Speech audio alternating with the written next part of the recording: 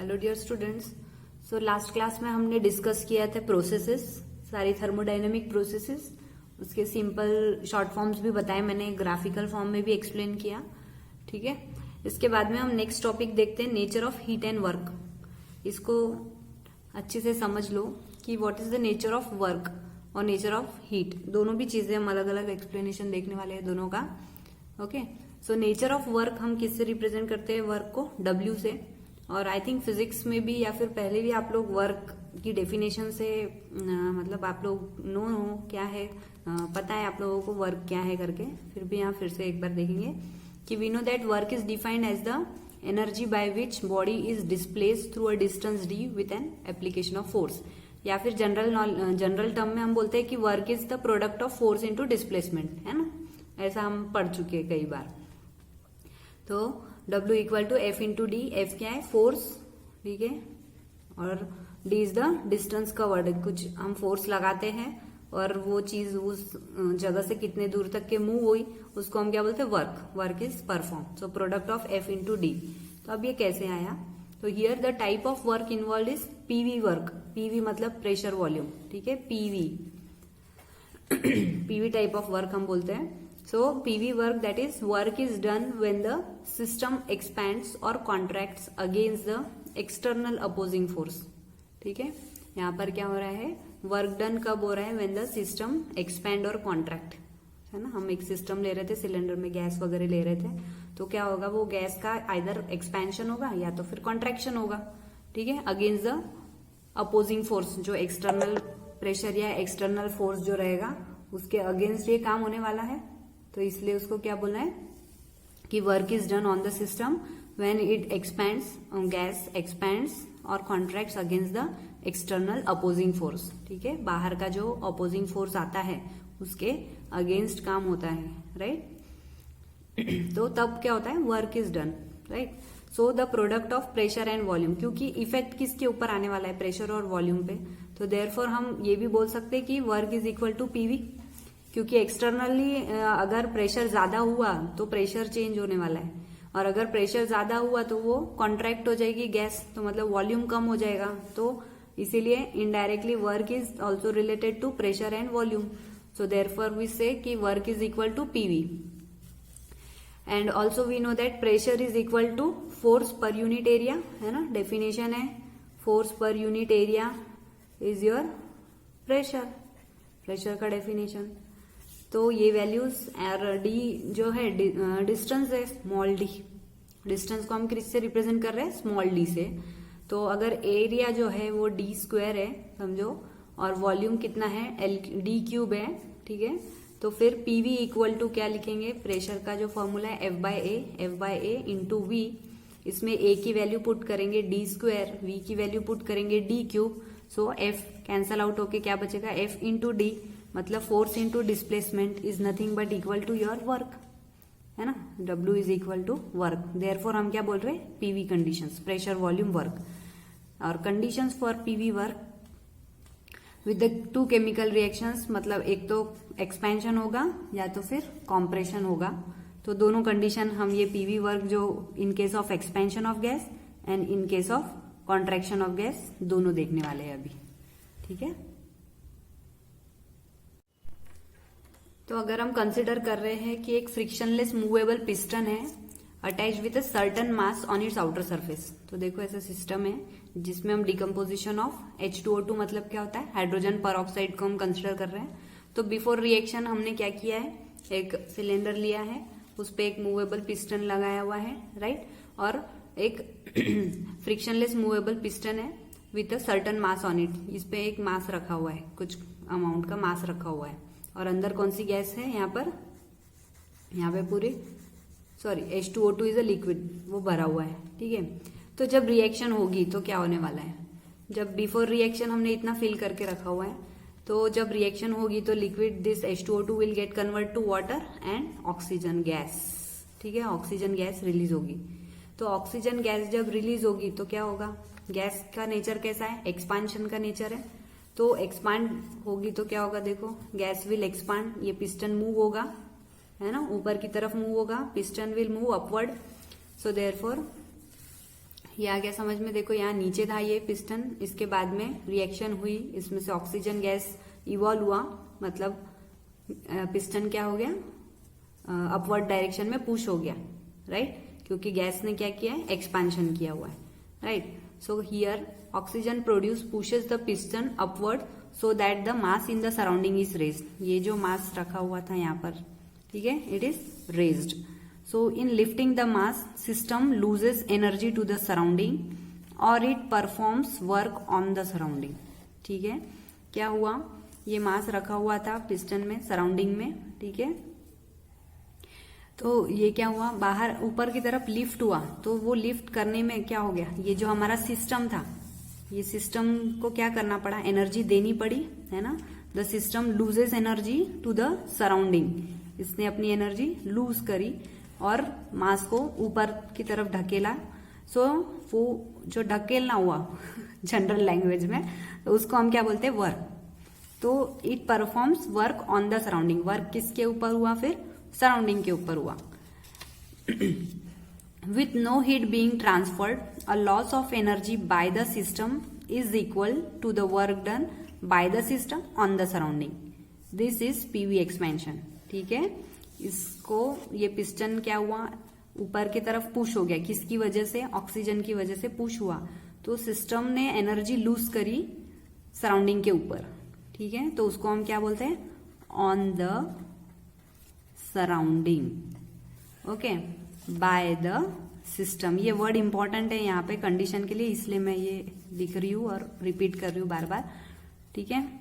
System x में oxygen gas expand हुई, इसलिए हमने उसको क्या बोला, पीवी एक्सपांशन। और कैसे हुआ, क्योंकि ऑक्सीजन गैस एक्सपांड हुई थी बाय द सिस्टम, ये सिस्टम में से ऑक्सीजन गैस इवॉल्व हुई, इसलिए एनर्जी इसने लूज करी और वो एक्सपांड हुआ, है ना। और किसके ऊपर हुआ वो, ऑन द सिस्टम, क्योंकि ये मास क्या हो गया, ऊपर की तरफ मूव हुआ, और वो कहाँ प्रेजेंट है, बाहर की साइड में प्रेजेंट है, पिस्टन के ऊपर है, मतलब बाहर की साइड में है, तो work is done by the system on the surrounding, okay. So this is called as PV expansion. इसके बाद में सेकंड कंडीशन जो थी कॉम्प्रेशन के लिए, इसके लिए हम एक रिएक्शन कंसिडर कर रहे हैं, अमोनिया गैस और HCl गैस का, जिसमें अमोनिया गैस और HCl गैस जब रिएक्ट करते हैं तो इट फॉर्म्स अ प्रेसिपिटेट, या फिर सॉलिड बोलेंगे, अमोनियम क्लोराइड का, ठीक है। दो गैस ले रहे हैं हम लोग कॉम्प्रेशन का एक्सप्लेनेशन, वर्क डन दिखाने के लिए। तो देखो, एक फिर से अगेन एक सिलेंडर है जिसमें हमने क्या लिया है, अमोनिया गैस और HCl गैस। वैसे ही फ्रिक्शनलेस पिस्टन हमने यहाँ पे अटैच किया हुआ है और एक मास रखा हुआ है। तो जब इन दोनों के बीच में रिएक्शन होगी तो क्या होगा, इन दोनों का एक पीपीटी या फिर सॉलिड फॉर्म होने वाला है अमोनियम क्लोराइड का, जो कि यहाँ पे सेटल हो गया है। तो क्या होगा, ये यहाँ गैस के फॉर्म में थी, गैस के मॉलिक्यूल्स कैसे रहते हैं, स्प्रेड आउट हुए रहते हैं, और जब ये सॉलिड में कन्वर्ट हो जाएगा तो ये एक जगह पे कॉम्प्रेस हो जाएगा, जमा होके यहाँ पे सेटल हो जाएगा। तो पिस्टन का क्या होगा, इट विल मूव डाउनवर्ड, है ना, नीचे की तरफ आ गया ये, इसकी हाइट देखो और इसकी हाइट देखो, तो हम इस समय क्या बोलेंगे कि यहाँ पे कॉम्प्रेशन हो गया है। तो here as the reaction progresses the gases are consumed resulting in a decrease of volume, है ना, वॉल्यूम का क्या हो गया, डिक्रीज हो गया। The piston moves down and a decrease in the height of the mass is shown, है ना, हाइट भी कम हो गई, यहाँ पहले ये ऊपर था और अब ये नीचे आ गया है। सो इन द प्रोसेस में क्या हुआ है, surrounding lose energy to the system and perform work on the system. क्या हो गया, नीचे आ गया, मतलब सराउंडिंग से एनर्जी लेकर ये नीचे आ गया, राइट। तो इसीलिए क्या बोल रहे हैं कि surrounding lose energy to the system and perform work on the system. So if no heat transfer occurs, work is done by the surrounding is equal to the gain in energy by the system, ठीक है। So this is PV work, okay. So thus the work refers to a way by which a system exchanges energy with the surrounding। यहाँ पे जो work हुआ उसको करने के लिए क्या हुआ था, कॉम्प्रेशन में सराउंडिंग ने एनर्जी लूज करी सिस्टम को, इसीलिए क्या हो गया, कॉम्प्रेस हो गया, okay. And if no heat transfer occurs, इस रिएक्शन में अगर कोई भी हीट अगर ट्रांसफर नहीं हुई तो हम क्या बोलेंगे, work is done by the surrounding is equal to the gain in energy by the system. Energy कौन लेगा, सराउंडिंग से, सिस्टम। तो this is also a PV type of work. Okay, अब इसके लिए हम लोग जो इन्फ्रेंस है इसका, साइन कन्वेंशन का, इसके बाद के टॉपिक में कवर करेंगे. सो 10 बोलेंगे हम. Work refers to a way by which system exchanges energy with the surrounding. मतलब सिस्टम और सराउंडिंग में क्या होते रहेगा, एनर्जी एक्सचेंज होती रहेगी. ठीक है. नेक्स्ट देखेंगे nature of heat. Heat is a form of energy by which system exchanges energy with it surrounding. बराबर है. हीट कैसा फॉर्म का एनर्जी है जिसमें सिस्टम एक दूसरे से एनर्जी एक्सचेंज कर रहे हैं. When the system and its surrounding are at different temperatures, heat either flows in or let out of the system. मतलब हमेशा क्या कोशिश रहेगी, सिस्टम और सराउंडिंग ये एक दूसरे के इक्विलिब्रियम में रहे. तो अगर सिस्टम की एनर्जी कम है तो वो सराउंडिंग से ले लेगा, और अगर सराउंडिंग की एनर्जी कम है तो वो सिस्टम से ले लेगा. ठीक है. तो ये इनका हीट का नेचर है. तो इसके लिए साइन कन्वेंशन है. साइन कन्वेंशन ऑफ W मतलब वर्क, और Q के लिए जो समरी में बोल रही थी वो, कि समझो अगर ये सिस्टम है और बाहर का क्या है, दिस इज सराउंडिंग. ठीक है, ये सराउंडिंग है बाहर की और ये सिस्टम है. तो अगर हमने पहले वर्क का देख लेते हैं. वर्क, अगर वर्क क्या हो रहा है, ऑन द सिस्टम हो रहा है. ठीक है, work is done on the system, तो W विल बी पॉजिटिव. ठीक है. And if work is done by the system then W will be negative, मतलब -W. ठीक है, मतलब सिस्टम के ऊपर हो रहा है, सॉरी ऑन द सिस्टम मतलब सिस्टम के ऊपर हो रहा है. ठीक है, तो पॉजिटिव वैल्यू. और जब heat is absorb from the surrounding it is +Q, and when heat is released by the system it is -Q. ठीक है, अगर हीट एब्जॉर्ब हो रही है तो +Q और हीट रिलीज हो रही है तो -Q. सिस्टम में से हम सिस्टम को एज अ रेफरेंस बनाते हैं. ठीक है, तो इसको हम कैसे जॉट डाउन कर सकते हैं, देखो. +Q is heat is absorb by the system from the surrounding. -Q मतलब heat is released by the system to the surrounding. Right, ये तो क्लियर हो गया. वर्क मतलब क्या है, work is done on the system by the surrounding, +W मतलब, और -W मतलब work is done by the system on the surrounding. ठीक है, work is done by the system on the surrounding मतलब -W. ठीक है, तो +W वाला जो था मतलब कि क्या हुआ वहां पे ऑन द सिस्टम वाले में, यहाँ पे मैं यहाँ लिख सकती हूँ कि this is expansion of gas हुआ था, और यहाँ पे कॉम्प्रेशन लिख सकते हैं हम लोग बाय द सिस्टम में. ठीक है,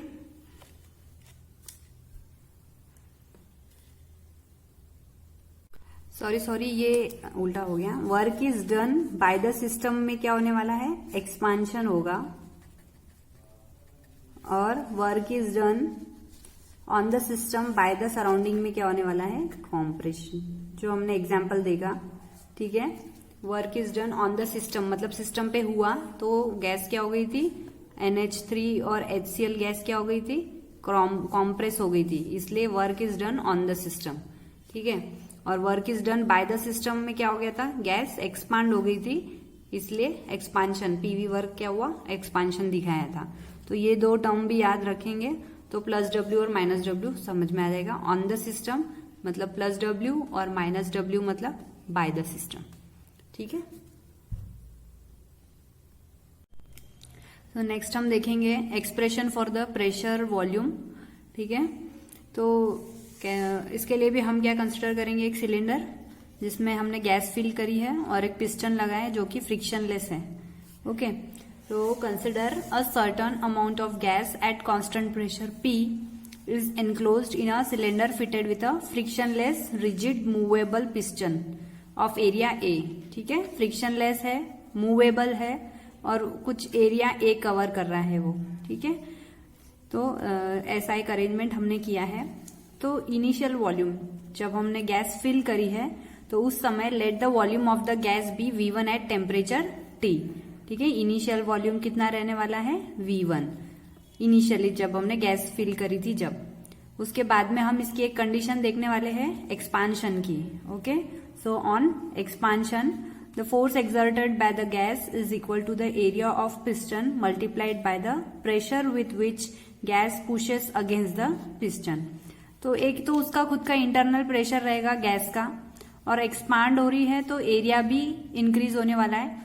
ओके, तो इतना पहले ये इनिशियल इस V1 पे था, जब हमने एक्सपांड किया तो इतना पोर्शन उसने कवर किया, ठीक है, मतलब इतना डिस्टेंस उसने ट्रैवल किया गैस ने। तो ये जो हो रहा है प्रोसेस, वो इस समय यहाँ पर जो प्रेशर था उसके अगेंस्ट हो रहा है। Okay, against the external pressure हो रहा है। ऊपर वाला जो प्रेशर है P एक्सटर्नल, वो नीचे की तरफ पुश करने की कोशिश करेगा पिस्टन को। ओके, तो on expansion the force exerted, ये जो फोर्स एक्सर्ट होगा गैस का is equal to the area of piston multiplied by pressure by which the gas pushes against the piston. ठीक है, या अंदर वाली गैस ऊपर की साइड, अंदर का जो गैस का प्रेशर रहेगा वो ऊपर की साइड जाएगा, पिस्टन के अगेंस्ट हो रहा है ये। Okay, and the pressure and this pressure is equal in magnitude and opposite in sign to the external atmospheric pressure. ये जो एक्सटर्नल एटमोस्फेरिक प्रेशर है उसके अपोजिट है, ये अंदर का प्रेशर इसके अपोजिट है, राइट। देखो एरो से बताया मैंने। So that opposes the movement and has its value as minus P external. तो ये जो इसके गैस के मूवमेंट को अपोज कर रहा है कौन, एक्सटर्नल प्रेशर। यहाँ पर एक गैस का खुद का अपना प्रेशर है और पिस्टन लगा हुआ है, तो पिस्टन मूव कब होगा, जब यहाँ का प्रेशर बढ़ेगा, लेकिन एक्सटर्नल प्रेशर उसको बढ़ने नहीं देगा, है ना। तो लेकिन उसके अगेंस्ट वर्क हो रहा है और एक्सटर्नल प्रेशर उसके अपोजिट है, इसके वजह से, इसीलिए इसका साइन कैसे हो जाएगा, माइनस P एक्सटर्नल हो जाएगा, क्योंकि अपोजिट डायरेक्शन में आ रहा है, डाउनवर्ड डायरेक्शन में। और ये गैस एक्सपांड होने पे क्या करेगी, ये पिस्टन को ऊपर के साइड में पुश करेगी। ओके, सो देयरफॉर जो एक्सटर्नल प्रेशर है उसको हम क्या साइन लेने वाले हैं, माइनस। ठीक है, माइनस क्यों लेने वाले हैं, क्योंकि एक्सटर्नल प्रेशर जो है वो अपोजिट डायरेक्शन में हो रहा है, इसके वजह से।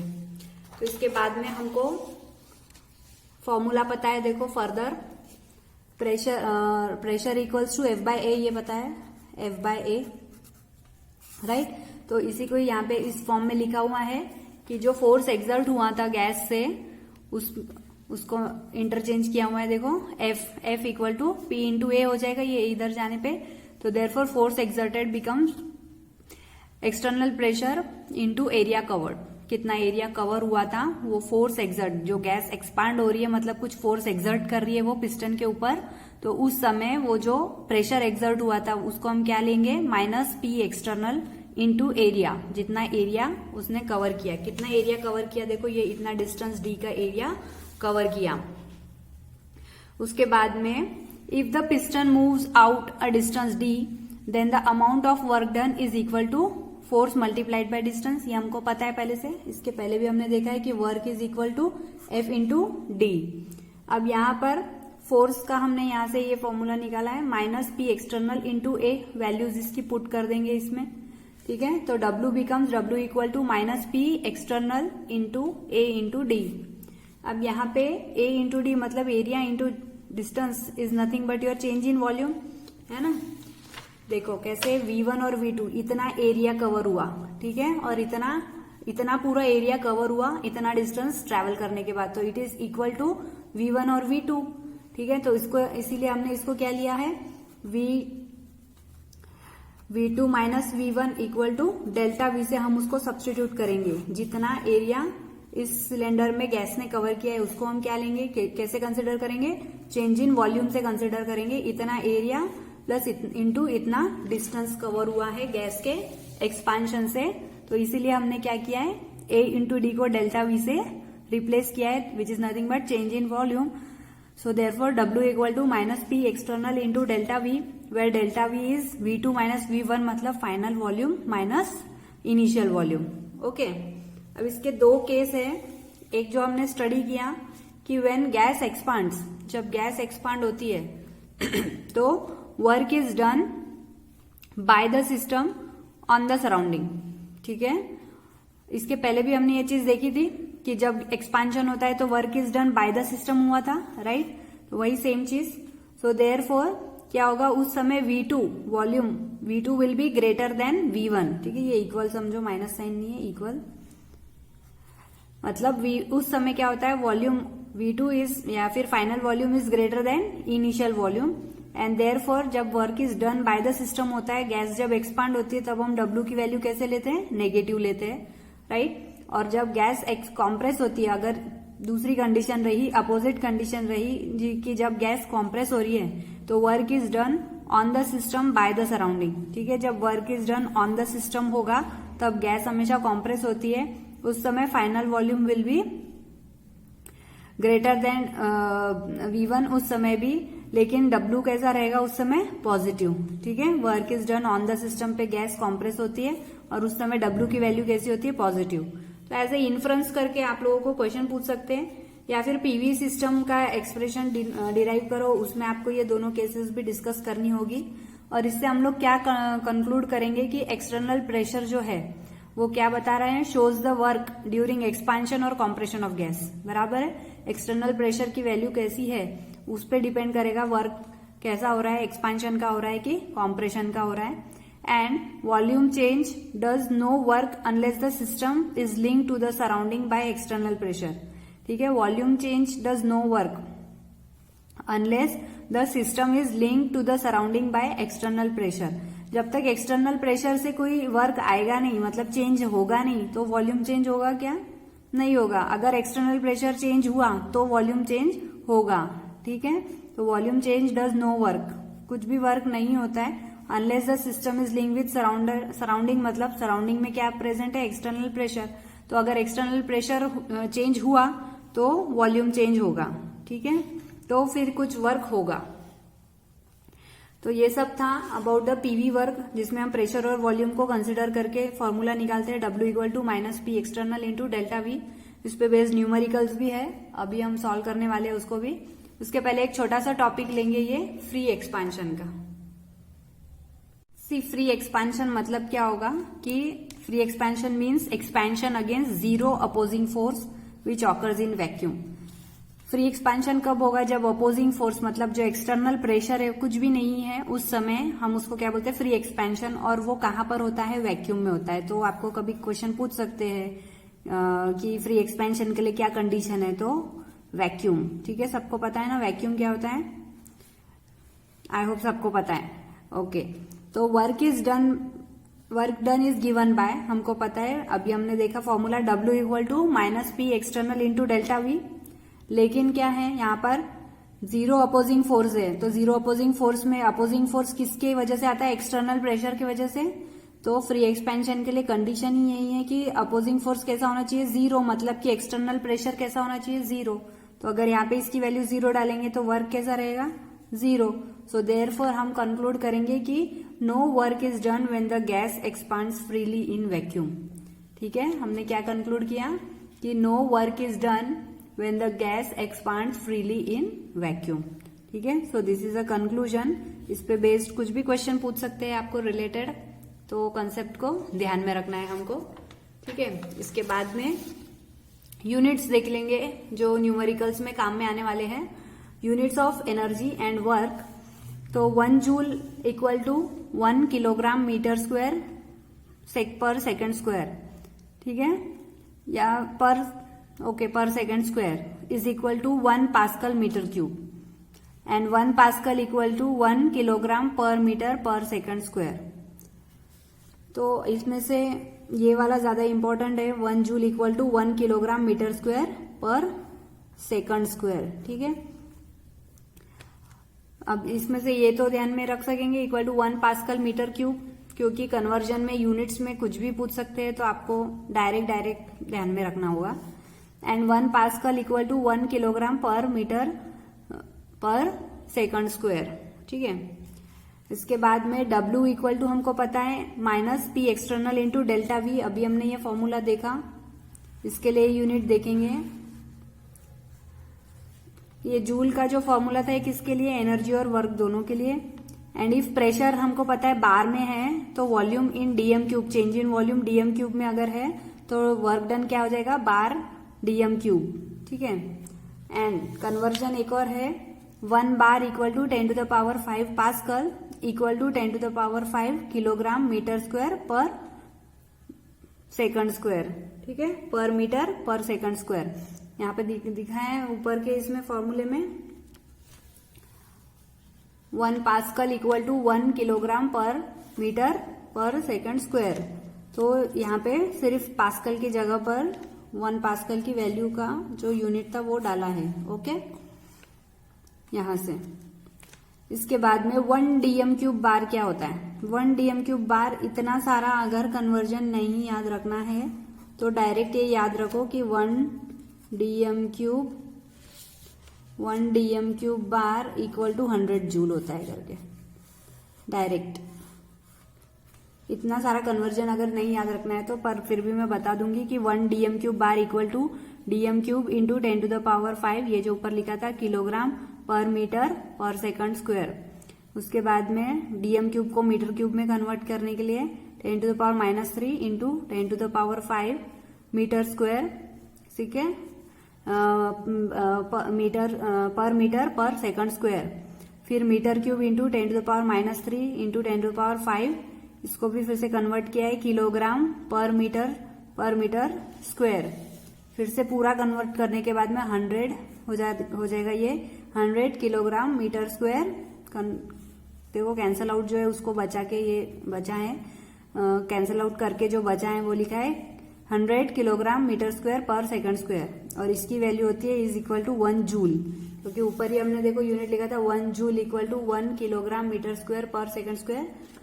उसी को ही कन्वर्ट करके आया है 100 kilogram metre square per second square is equal to 1 joule. तो ये जूल में कन्वर्जन, तो डायरेक्ट ये भी याद रखा तो चलेगा। और 1 जूल की वैल्यू ये, तो मैं स्क्वायर ब्रैकेट कर देती हूँ, कौन से ज्यादा अच्छे से ध्यान में रखना है। एक तो ये स्क्वायर ब्रैकेट जो किया है वो 1 joule equal to 1 kilogram metre square per second square, okay. और 1 पास्कल वाला भी इम्पोर्टेंट है क्योंकि कभी पूछ सकते हैं, सेकंड वाला जो मैंने किया है वो। उसके बाद में ये 1 bar equal to 10 to the power 5 pascal, ये इंपॉर्टेंट है 3rd नंबर का। और लास्ट में 4th नंबर का ये इंपॉर्टेंट है, ठीक है। 1 dm cube bar equal to 100 joule. तो ऐसे ये 4 को मैं स्टार मार्क कर देती हूँ, 3 और ये 4, ये 4 अच्छे से ध्यान में रखना है आप लोगों को स्टूडेंट्स, ठीक है। और एक और कन्वर्जन है 1 atmosphere litre equal to 101.3 joule, ठीक है। इसको भी एक स्टार मार्क, क्योंकि इन केस पूछा तो एटमोस्फियर इसलिए क्योंकि प्रेशर और लीटर वॉल्यूम के लिए है। अगर इस कंडीशन में अगर गिवन है कभी, एक आध न्यूमेरिकल देख लेंगे आगे, इक्वल टू 101.3 जूल इसका कन्वर्जन होता है, ठीक है। तो समझो वैल्यू इसमें पूछी है और आंसर जूल में दिया है, तो हमको इससे मल्टीप्लाई करना होगा, इसके लिए मैं बता रही हूँ। इसके बाद में न्यूमेरिकल देख लेंगे। देखो थोड़े सिंपल ही है ये क्वेश्चन है 3 moles of an ideal gas are expanded isothermally, ठीक है, from 15 dm cube to 20 dm cube at constant external pressure of 1.2 bar, estimate the amount of work in dm cube bar and joule, ठीक है। तो क्या बोला है, 3 moles of ideal gas are expanded, मतलब gas का एक्सपांशन हो रहा है आइसोथर्मली फ्रॉम V1 और V2 की वैल्यू गिवन है एट कांस्टेंट एक्सटर्नल प्रेशर की वैल्यू गिवन है 1.2 बार, और अमाउंट ऑफ वर्क पूछा है। तो हम लोगों को फॉर्मूला पता है W equal to -P external into delta V is V2 minus V1। External pressure given है 1.2 बार, V1 की वैल्यू गिवन है 15 डीएम क्यूब, V2 की वैल्यू गिवन है 20 डीएम क्यूब। तो work equal to -1.2 bar into V2 is 20 minus 15, 5 हो जाएगा। तो बार और डीएम क्यूब वैसे की वैसे ही कैलकुलेट करने पे क्या आ जाएगा, -6 डीएम क्यूब बार, ओके। पर हमको आंसर दोनों में पूछा हुआ है, बार और जूल में भी। तो 1 डीएम क्यूब बार में तो आ गया, इसका कन्वर्जन अभी हमने देखा कि 1 dm cube bar equal to 100 joule. So therefore W equal to -6 into 100 कर देंगे तो आंसर रहेगा -600 जूल, ठीक है। तो ये क्वेश्चन हो गया। इसके बाद में नेक्स्ट क्वेश्चन देखेंगे, calculate the constant external pressure required to compress 2 moles of an ideal gas from volume V1 to V2 when the work obtained is। तो हमको क्या निकालना है, कांस्टेंट एक्सटर्नल प्रेशर निकालना है और कॉम्प्रेशन हुआ है। देखो कॉम्प्रेस हुआ है।